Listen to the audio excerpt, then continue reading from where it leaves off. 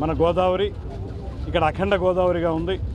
ఈ అఖండ గోదావరిని పరిరక్షించుకోవడం ఏ రకంగా చేయాలి, అదేవిధంగా రాబోయే పుష్కరాలకి మనకు ఉన్నటువంటి ఘాట్లన్నింటినీ కలుపుకుని మరిన్ని ఘాట్లను కూడా ఏర్పాటు చేసుకుని భక్తులందరికీ కూడా వీలుగా ఉండే విధంగా పుష్కరాలను ఎలాగ మనం నిర్వహించుకోవాలనేటువంటి అంశం మీద, అదేవిధంగా ఏదో తాత్కాలిక ప్రాతిపదిక మీద కాకుండా ఒక దీర్ఘకాలిక ప్రయోజనాలు సిద్ధించే విధంగా ఒక పర్మనెంట్గా ఉండేటువంటి విధంగా గోదావరి పరిరక్షణ ఒక కార్యక్రమం, అదేవిధంగా పుష్కరాల నిర్వహణ ఒక కార్యక్రమం, అదేవిధంగా పుష్కరాలకు వచ్చేటువంటి క్రౌడ్ మేనేజ్మెంట్ ఒక కార్యక్రమం, ఆ తర్వాత ఇక్కడ ఉండేటువంటి హాస్పిటాలిటీ ఏ రకంగా వచ్చేవారందరికీ కూడా వసతి కల్పించాలనేటువంటిది మరొక విషయం.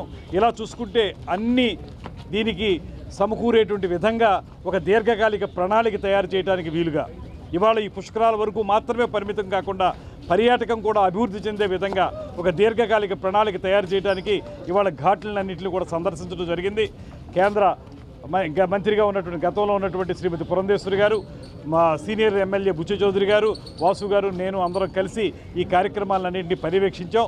దాంతోపాటు పర్యాటకానికి పెద్దపీట వేసేలాగా ఇక్కడ అనేక రకాలైనటువంటి సౌకర్యాలు ఉన్నాయి కనుక ఒక పక్కన గోదావరి ప్రాంతం, మరో పక్కన ఎకో టూరిజం, మరో పక్కన పిలిగ్రిమేజ్ వచ్చేటువంటి ఈ ఏదైతే టెంపుల్ టూరిజం ఉందో అది, అదేవిధంగా హెల్త్ టూరిజం అన్నింటినీ కలుపుకుని ఒక కాంప్రహెన్సివ్ టూరిజం పాలసీని తయారు చేసుకుని ఈ ప్రాంతాన్ని ప్రపంచ పర్యాటకులు ఆకర్షించే విధంగా తయారు చేయడానికి వీలుగా పుష్కరాలని ఒక అవకాశంగా తీసుకుని పనిచేయాలనేటువంటి ఆలోచన మేము చేయడం జరిగింది.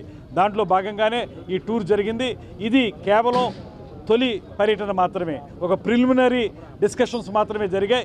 రాబోయే రోజుల్లో ఒక యాక్షన్ ప్లాన్ తయారు చేసుకుని ఫేజ్డ్ మేనర్లో అన్నీ తయారు చేసుకుని 2027 పుష్కరాల నాటికి ఈ ప్రాంతాన్ని అంతటినీ కూడా సుందరంగా తయారు చేయడం మాత్రమే కాకుండా అన్ని రంగాల్లోనూ కూడా ముందుకు వెళ్లే విధంగా చేయాలనేటువంటి ఆలోచనకి శ్రీకారం ఇవాళ చుట్టడం జరిగింది. దాని ప్రకారం మేము అందరూ కూడా పాల్గొన్నాం. So new policy strictly prohibits transportation of sand to the other states.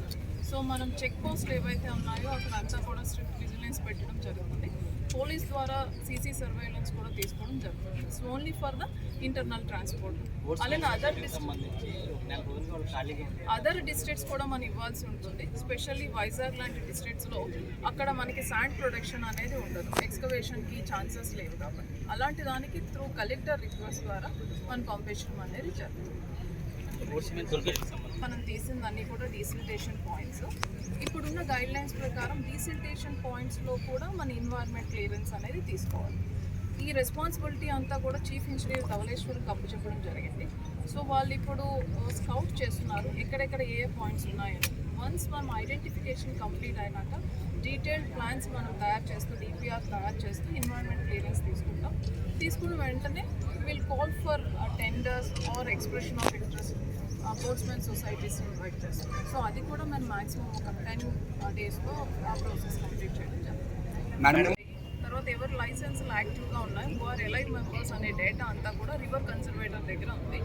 So all procedure is from the department కాబట్టి we will take care all the precautionary measures not to allow anew things.